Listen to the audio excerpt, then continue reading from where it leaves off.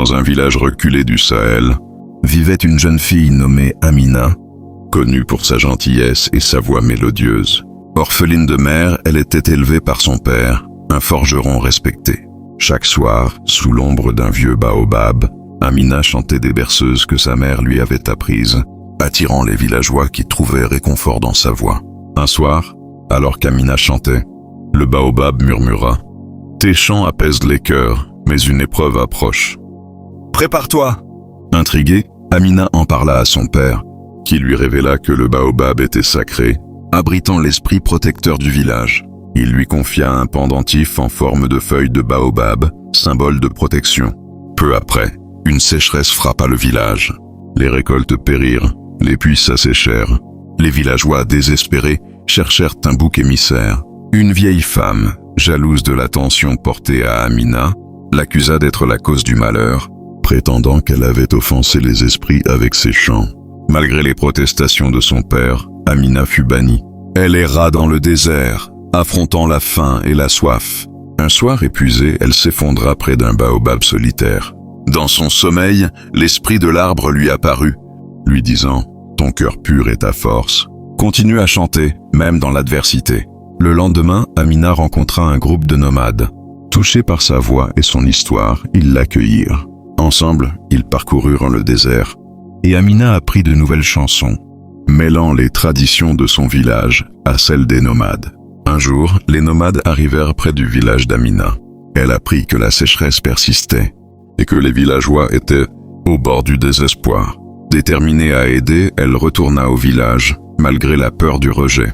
Amina se rendit au vieux baobab et chanta avec tout son cœur. Sa voix résonna, emplie de douleur, d'espoir et d'amour. Soudain, des nuages apparurent, et une pluie bienfaisante s'abattit sur le village. Les villageois, émerveillés, réalisèrent leur erreur et supplièrent Amina de leur pardonner. Amina pardonna et enseigna aux villageois les chansons des nomades, prônant l'unité et la compassion.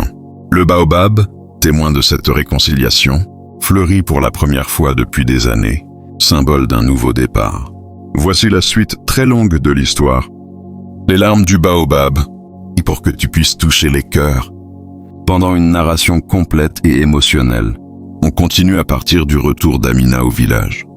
Les jours qui suivirent la pluie étaient pleins de joie. Les enfants dansaient autour du baobab, les anciens souriaient à nouveau, et les champs reverdirent peu à peu. Mais pour Amina, le plus grand miracle n'était pas la pluie, mais le changement dans les cœurs. Les mêmes personnes qui l'avaient rejeté l'entouraient, maintenant avec respect et amour. Pourtant, au fond de son cœur, il restait une blessure.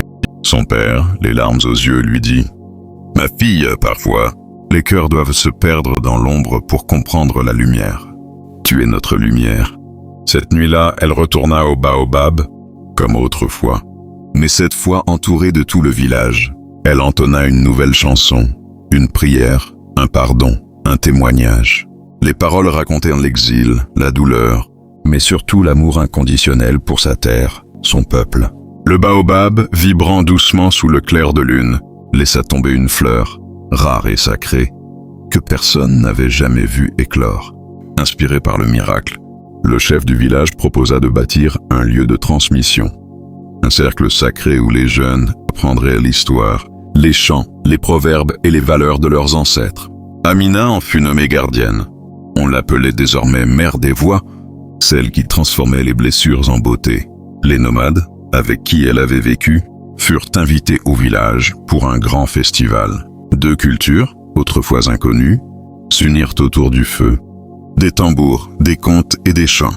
Une nouvelle tradition naquit, le festival des larmes du baobab, célébré chaque année pour rappeler que même les larmes peuvent arroser les racines de l'espoir.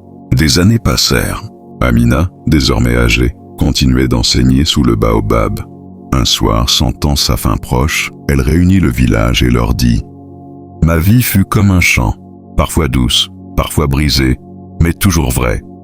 Que vos voix ne soient jamais silencieuses, que vos douleurs deviennent mélodies et vos erreurs des leçons. » Puis elle chanta un dernier chant, doux comme le vent, profond comme les racines. Le lendemain, elle s'éteignit paisiblement sous le baobab. Mais quelque chose d'étrange se produisit. Le baobab pleura. Oui, De ses branches tombèrent de fines gouttes comme des perles de rosée. Certains disaient que c'était la nature, elle-même qui pleurait la femme qui avait donné une voix au silence.